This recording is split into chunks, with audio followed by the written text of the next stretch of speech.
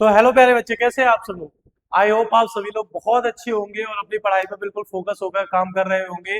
देखिए बच्चे, पिछली क्लास में पिछली वीडियो में हमने हिस्ट्री का चैप्टर नंबर फर्स्ट खत्म किया था, the rise of nationalism in Europe. उसकी सारी वीडियोस अपलोड हो चुकी है, पार्ट बाय पार्ट सारे पार्ट्स अपलोड हो चुके हैं, तो आप जाकर देख सकते हैं। तो इससे पहली वाली जो वीडियो थी वो था उसका लास्ट पार्ट। हालांकि उसकी प्लेलिस्ट बन चुकी है, तो आप चाहें तो सारे चैप्टर्स को एक साथ करके देख सकते हैं। ठीक है बेटा। अब हमने हिस्ट्री को खत्म किया। मैंने कहा था कि हम किस चैप्टर को स्टार्ट करें, तो मैंने आपको पिछली वीडियो में हिंट भी दी थी कि मैं कहीं ना कहीं ज्योग्राफी को स्टार्ट करने वाला हूं। तो आज की वीडियो में हम ज्योग्राफी का चैप्टर स्टार्ट करेंगे and the name of the chapter is resource and development. Okay. सबसे पहले अगर मैं बेसिक सी बात करूं, तो आप लोगों ने क्लास 8th में, मतलब आज से 2 साल पहले, जो इस समय आप पढ़ रहे हो, इससे 2 साल पहले आपने रिसोर्स की क्या डेफिनेशन पढ़ी थी। आपने रिसोर्स की क्या डेफिनेशन लिखी थी? Anything which is useful for human beings.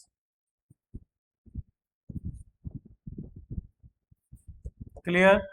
इस टर्म एज रिसोर्स, कोई भी चीज जो इंसानों के लिए यूजफुल है उसे हमने क्या डिमांड माना था? रिसोर्स माना। ठीक है। अब अगर मैं इसके एग्जाम्पल की बात करूं, तो एग्जाम्पल में बहुत सारी चीजें थी, लैंड, वाटर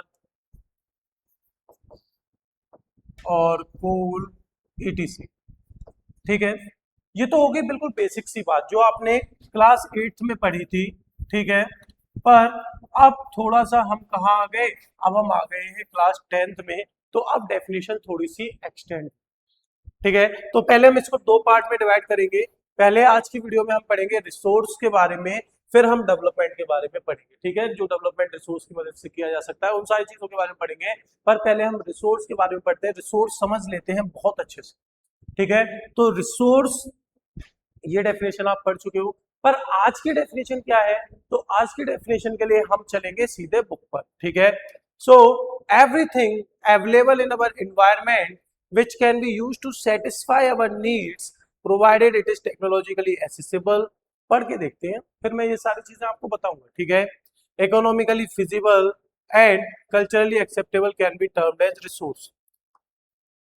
अब जो मैंने डेफिनेशन आपको पहले बताई थी, अब इसमें तीन चीजें ऐड करो। ठीक है। कितनी चीजें ऐड करो? तीन चीजें। कौन कौन सी तीन चीजें ऐड करो? नंबर वन मैं यहां ऐड कर देता हूं, टेक्नोलॉजिकली टेक्नोलॉजिकली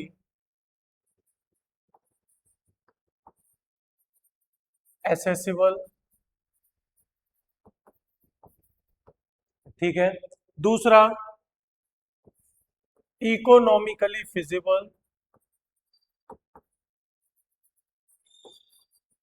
फिजिबल। और तीसरा, कल्चरली एक्सेप्टेबल कल्चरली एक्सेप्टेबल। ठीक है बेटा।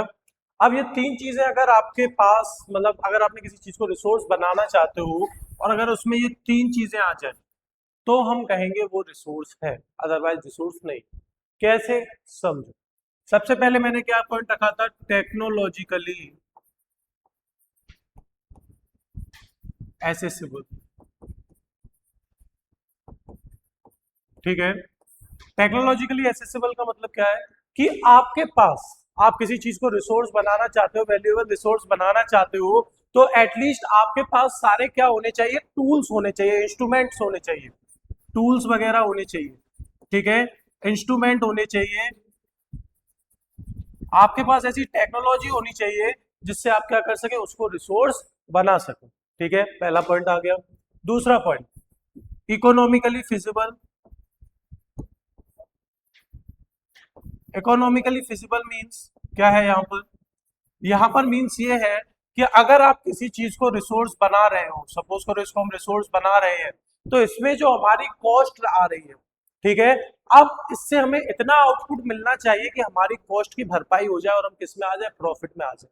ठीक है। सपोज करो मुझे इस माइन से कोयला निकालना है।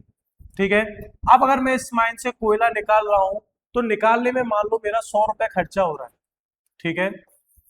अब मुझे इससे प्रॉफिट होना चाहिए, भले ही मुझे 110 रुपए मिले, पर मुझे क्या होना चाहिए, कहीं ना कहीं इससे प्रॉफिट होना चाहिए, तभी ये मेरे लिए क्या है, रिसोर्स है। अदरवाइज ये रिसोर्स नहीं है। 2 पॉइंट हो गए, टेक्नोलॉजिकली एक्सेसिबल, इकोनॉमिकली फिजिबल, और लास्ट लास्ट पॉइंट कौन सा है आपका, culturally acceptable. Culturally acceptable means आप किसी भी चीज को रिसोर्स बनाओ, उसको सोसाइटी एक्सेप्ट करे। ऐसा नहीं है कि आप किसी भी चीज को रिसोर्स बना दिया और वो सोसाइटी एक्सेप्ट कर ही नहीं रही, ठीक है। मतलब अगर सोसाइटी उसको एक्सेप्ट करेगी तभी हम उसको रिसोर्स कहेंगे, ठीक है। जैसे ये कोल था, ठीक है, हमारे पास टेक्नोलॉजी है, इसको निकालने के लिए हमें प्रॉफिट भी हो रहा है। इसके अलावा कल्चरली मतलब लोग इसका इस्तेमाल भी कर रहे हैं शादियों में, घरों में, इलेक्ट्रिसिटी प्रोड्यूस करने में, तो हम इसको क्या कंसीडर कर सकते हैं, हम इसको कंसीडर कर सकते हैं रिसोर्स, ठीक है। तो रिसोर्स की अब जो डेफिनेशन याद करनी है आपको, वो क्या करनी है कि anything which is useful for human beings but it should be technologically accessible, economically feasible and culturally acceptable, ठीक है। अगर ये पॉइंट्स आ जाते हैं तीनों, तो इन तीनों पॉइंट्स को मिला के अब क्या कहलाएगा, कोई चीज रिसोर्स कहलाएगा, अदरवाइज नहीं कहलाएगा, ठीक है। अगर इनमें से एक भी पॉइंट नहीं आता, समझ में आया। चलो अब आगे आ जाओ, आगे बात करते हैं। अगर आप चाहें तो ये जो डेफिनेशन है वो आप याद कर सकते हैं, ठीक है, रिसोर्स की, मतलब आपके माइंड में होनी चाहिए कम से कम एटलीस्ट, ठीक है। अब देखो यहाँ एक जो आपके सामने चार्ट ये ट्रायंगल टाइप से बना हुआ है ये, ठीक है।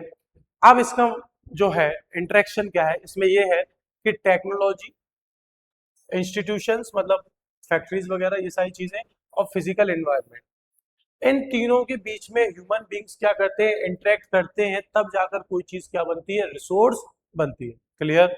अब रिसोर्स का पहले क्लासिफिकेशन देखते हैं, आ जाइए यहां पर। So the process of transformation of things available in our environment involves an interactive relationship between nature, technology and institution। मैंने बताया अगर नेचर है, टेक्नोलॉजी है और इंस्टीट्यूशंस है, ये तीनों चीजों का इंटरेक्शन होगा तभी जाकर कोई चीज रिसोर्स बनेगी। क्लियर। ये वाले ग्राफ इसमें आपने देखा ही था, ठीक है। ह्यूमन बींग्स जो है वो इन तीनों के बीच में क्या करता है, एक ब्रिज का काम करता है, एक इंटरेक्शन का काम करता है, ठीक है। टेक्नोलॉजी ह्यूमन बींग्स लेकर आए, ठीक है। इंस्टीट्यूशंस का सेटअप कौन करेगा, ह्यूमन बींग्स करेंगे, तब जाकर हम क्या कर सकते हैं, फिजिकल एनवायरनमेंट, नेचर से चीजों को निकालकर उन्हें अपने लिए यूजफुल कर पाए, ठीक है। अब यहां देखिए, come to this point, do you think that resources are free gifts of nature is assumed by many they are not. Resources are a function of human activities. Human beings themselves are essential component of resource. They transform material available in our environment into resources and use these resources are the following ways. अच्छा, आपने पिछली बार एक चीज और पढ़ी होगी, आपने पिछली बार क्या पढ़ी होगी कि जो रिसोर्स हैं उनको 3 कैटेगरी में बांटा जाता था, ठीक है।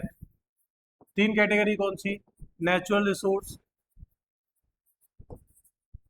जो हमें नेचर से मिलते थे, ठीक है, मैन मेड रिसोर्स जिनको इंसान बनाते थे, ठीक है, और तीसरा हमने पढ़ा था ह्यूमन रिसोर्स। बहुत सारे स्कूलों में बहुत सारे टीचर्स क्या करते हैं, केवल बच्चों को ये 2 रिसोर्स के बारे में पढ़ा देते हैं और इसको छोड़ देते हैं। अरे भाई एक बात याद रखो, एक बात समझो कि कोई भी चीज रिसोर्स बनती किस वजह से, हमारी वजह से ही तो बनती है, ह्यूमन बींग्स की वजह से। अगर ह्यूमन बींग्स ही नहीं होंगे तो किसी भी चीज के रिसोर्स बनने का कोई काम, मतलब कोई भी चीज रिसोर्स बनेगी नहीं बनेगी। एक कोयला है, कोयले को अगर हम देखें तो ये एक पत्थर का टुकड़ा ही है, महज एक पत्थर का टुकड़ा है, किसी के सिर में मारो तो सिर फट जाएगा, पर इसको हमने रिसोर्स बनाया, किसने बनाया, ह्यूमन बींग्स ने, ठीक है। तो यहाँ पर आपको यही बताया गया है कि हम अपनी बुद्धि से, हम अपने जरूरतों के हिसाब से चीजों को रिसोर्स बनाते हैं, तो इस हिसाब से हम इम्पोर्टेंट हुए, ठीक है। इसके अलावा मैं आपके लिए एक रिसोर्स हूं, कैसे, मैं आपको पढ़ा रहा हूं, ठीक है, मैं आपको चीजें सिखा रहा हूं, समझा रहा हूं, तो मैं आपके लिए कहीं ना कहीं हेल्पफुल हूं, तो मैं भी किस कैटेगरी में आऊंगा, ह्यूमन रिसोर्स की कैटेगरी में आऊंगा, ठीक है। तो ह्यूमन रिसोर्स अपने आप में भी क्या है, एक इंपोर्टेंट रिसोर्स है। क्लियर। अब यहां देख लेते हैं, अगर हम क्लासिफिकेशन करें रिसोर्सेज का, तो on the basis of origin, origin के आधार पर दो ही है, बायोटिक और अबायोटिक। बायोटिक वो होते हैं जिनमें लाइफ होती है, लाइफ, और ऐसे केवल तीन ही चीजें हैं, कौन कौन, एनिमल्स, ह्यूमन बींग्स और प्लांट्स। ये तीन चीजें हैं जिनमें क्या है, लाइफ है, तो ये बायोटिक रिसोर्स हो गए। ठीक है। अबायोटिक रिसोर्स कौन से होते हैं, जो जिनमें जान नहीं होती, ठीक है, उन्हें हम अबायोटिक कहते हैं। अबायोटिक रिसोर्स जिनमें लाइफ नहीं होती है। क्लियर। अब on the basis of origin पढ़ लिया। अब on the basis of exhaustibility, exhaustibility means खत्म होने के आधार पर अगर हम बात करें, तो खत्म होने के आधार पर रिसोर्स दो टाइप के होते हैं, एक रिन्यूएबल और एक नॉन रिन्यूएबल। ठीक है। कौन से होते हैं, एक रिन्यूएबल रिसोर्स और एक नॉन रिन्यूएबल रिसोर्स। ठीक है। रिन्यूएबल रिसोर्स कौन से होते हैं, ऐसे रिसोर्स जो टाइम के साथ अपने आप क्या कर जाए, रिन्यू कर जाए। ठीक है। मतलब जैसे पानी, वाटर, आपने देखा होगा बारिश होती है हर साल, अपने आप वाटर रिसोर्स रिचार्ज हो जाता है। सनलाइट हो गई, ठीक है, सोलर एनर्जी हो गई, ये रिन्यूएबल रिसोर्स है। नॉन रिन्यूएबल रिसोर्स कौन से हैं, जिनको हम यूज करते हैं, ठीक है, अगर हमने इनका एक्स्ट्रा यूज किया, ठीक है। देखो पहली बात तो नॉन रिन्यूएबल रिसोर्सेज को बनने में 1 साल, 2 साल, 100 साल, 1000 साल नहीं, मिलियंस ऑफ ईयर्स लगते। क्लियर। अगर ये एक बार खत्म हो गए तो ये वापस से नहीं बनेंगे। पर रिन्यूएबल रिसोर्स क्या है कि ये खत्म नहीं होते, ये वापस से बनते रहते। ठीक है। On the basis of ownership, तो individual, community, national and international. अब जैसे इसका मैं एग्जांपल आपको बताऊं, आपका जो घर है, हाउस, ये आपकी खुद की जो फार्म्स है, ठीक है, ये आपके इंडिविजुअल रिसोर्स है, क्योंकि इन पर आपका हक है। ओनरशिप का मतलब होता है मालिकाना हक। ठीक है। तो इन पर आपका हक है, तो ये इंडिविजुअल रिसोर्स हो गए। कम्युनिटी में कुछ ग्रुप्स ऑफ पीपल होते हैं, जैसे कोई मंदिर वगैरह है, ठीक है, वो एक कम्युनिटी के लिए पूरा रिसोर्स बन जाता है। क्लियर। मतलब वहाँ की जमीनें वगैरह, पार्क्स वगैरह, ये सब कुछ उसमें। ठीक है। जो आपके पार्क होते हैं, सरकारी जगह होती है, वो सारी कम्युनिटीज लैंड में आती है। नेशनल किसी देश के रिसोर्स, और इंटरनेशनल मतलब बाहर के देशों के रिसोर्स। ठीक है। आगे देखो, on the basis of status of development, potential, developed stocks and reserves, ये तीन कैटेगरी और है। ठीक है। तो टोटल हमने जो रिसोर्सेज का डिवीजन किया, वो चार कैटेगरीज में चार बेस बनाकर किया। ठीक है। ओरिजिन, एग्जॉस्टिबिलिटी, ओनरशिप और on the basis of status of development. Clear. अब जरा ये फ्लो चार्ट देखो। अब ये फ्लो चार्ट पर आ जाओ फटाफट से। तो देखो फ्लो चार्ट में समझो, सबसे पहले रिसोर्स है। ठीक है। अब रिसोर्स को दो टाइप में बांट दिया गया। ठीक है। सबसे पहले नेचुरल और एक ह्यूमन। ठीक है। अब natural resource, renewable, non renewable. Clear है। अब रिन्यूएबल में भी कौन सी है, continuous flow, example wind water, biological, natural vegetation and wild life. ठीक है। ये जो पेड़ पौधे होते हैं, ये जो फॉरेस्ट होते हैं, ये जितने भी नेचुरल वेजिटेशन है, ये रीग्रो कर जाते हैं जल्द से जल्द, और जितनी भी वाइल्ड लाइफ है, ये भी अपने आप को क्या करती है, रीग्रो करती हैं जल्द से जल्द।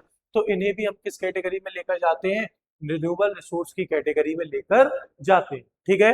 अब बात करते हैं हम नॉन रिन्यूएबल रिसोर्स की। तो नॉन रिन्यूएबल रिसोर्स में भी दो कैटेगरी है। पहली कैटेगरी है रिसाइक्लेबल और दूसरी कैटेगरी है नॉन रिसाइक्लेबल।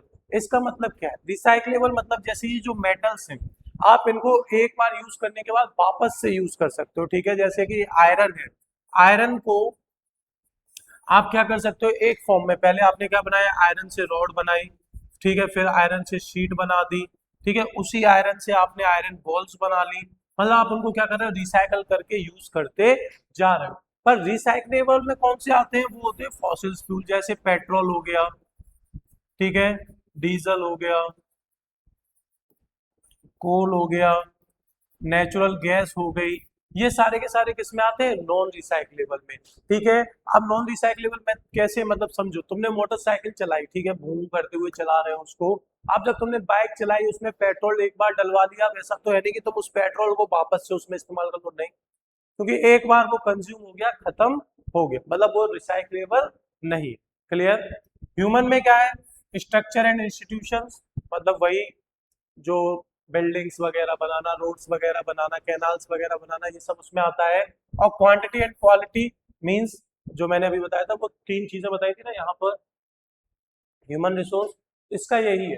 ठीक है, क्वांटिटी एंड क्वालिटी, मतलब जितना बेहतर इंसान होगा, मतलब देखो हम इंसान जो है धरती पर काफी सालों से, ठीक है, काफी सालों से पहले से क्या हमने इतनी ग्रोथ कर रखी थी, नहीं।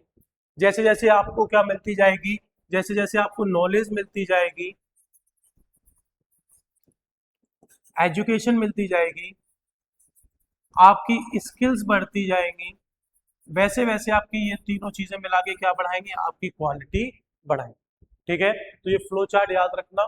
वैसे पेपर में कभी बनाने के लिए आता नहीं है, पर आपके माइंड में क्या होना चाहिए, इसके बारे में जानकारी होनी चाहिए। क्लियर, आगे आ जाओ। अब देखो डेवलपमेंट ऑफ रिसोर्स, देखिए समझना जरा ध्यान से सुनो। Resources are vital for human survival as well as for maintaining the quality of life. It was believed that resources are free gift of nature.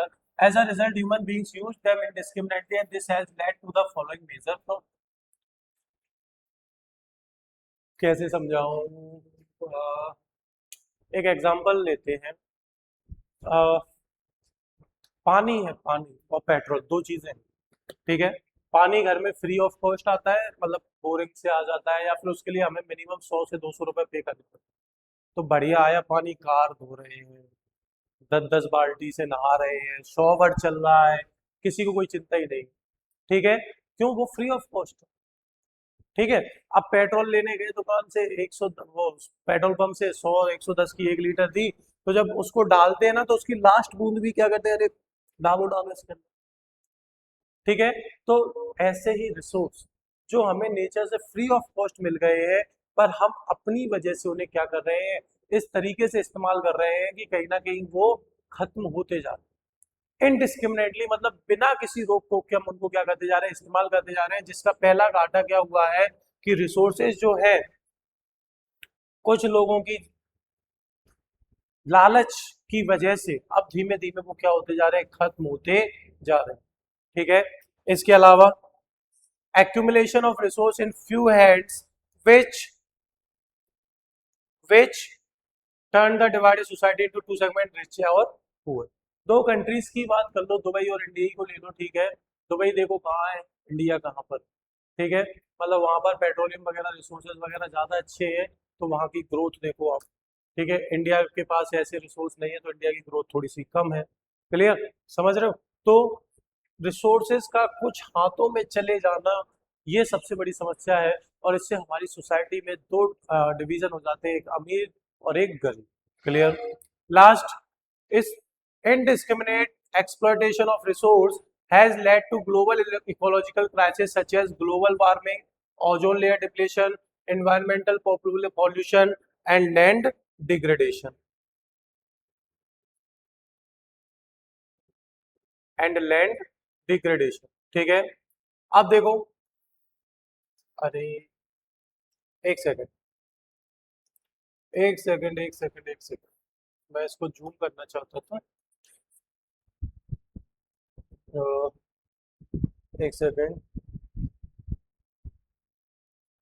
हाँ, तो देखो यहाँ पर, अब अगर हम रिसोर्सेज का इस्तेमाल बहुत ज्यादा कर रहे हैं, ठीक है, तो जब हम रिसोर्सेज का इस्तेमाल बहुत ज्यादा करने लगते हैं एक्सट्रीम लेवल पर, तो आपको पता है बेटा, देखो जैसे अगर पेट्रोल से पेट्रोल आप यूज करोगे, नेचुरल गैसेज यूज करोगे, वॉट एवर यू यूज, उसमें से गैसेस तो निकले। ठीक है, अब वो गैसेस जो है वो ग्लोबल वार्मिंग के लिए रिस्पॉन्सिबल है।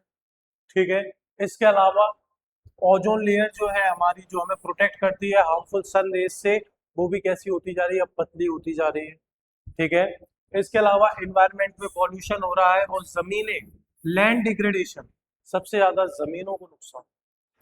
ठीक है, तो लैंड भी हमारे लिए क्या है, एक नेचुरल रिसोर्स है और इम्पोर्टेंट रिसोर्स। ठीक है, तो आज की वीडियो में हम इतना ही रखेंगे, वीडियो को ज्यादा लंबा नहीं रखेंगे। आज का टॉपिक आपका यहीं तक कंप्लीट होता है। ठीक है, कुछ चीजें जो है मैंने पीछे बताई हैं उनको याद करना, उनको समझना, उनसे रिलेटेड कोई डाउट हो तो कमेंट करना। ठीक है, आज की वीडियो को यही खत्म करते हैं बच्चे। पढ़ाई करते रहिए, फोकस करते रहिए। देखो, पढ़ने से कोई नहीं मरता। मैं हमेशा कहता हूँ, अगर पढ़ने से कोई मरता होता तो जो साइंटिस्ट है या जो बहुत बड़े बड़े व्यक्ति हैं वो पहले मर जाते। ठीक है, क्योंकि उनने किस कदर पढ़ाई की है वो तो आप अभी तक जानते ही नहीं हो। 17 घंटे, 18 घंटे, 16 घंटे, 12 घंटे, 14 घंटे बैठकर एक साथ पढ़ाई की है। ठीक है, एक साइंटिस्ट जो होते हैं, जो उस लेवल पर पहुंचते हैं, तो आप अगर देखो तो उन्हें दिन का पता नहीं, रात का पता नहीं, कब दिन हो रहा है कब रात हो रही है, वो अपनी रिसर्च में, अपनी चीजों में लगे। ऐसे ही आप भी कुछ महीने कुछ महीने जो आने वाले हैं आपके, इनमें ना दिन को दिन समझिए ना रात को रात, अटूट मेहनत कीजिए, जिससे आपका रिजल्ट बेहतर हो सके। ठीक है, तो इसी के साथ आज की वीडियो को खत्म करते हैं। मिलते हैं नेक्स्ट वीडियो में। Thank you everyone.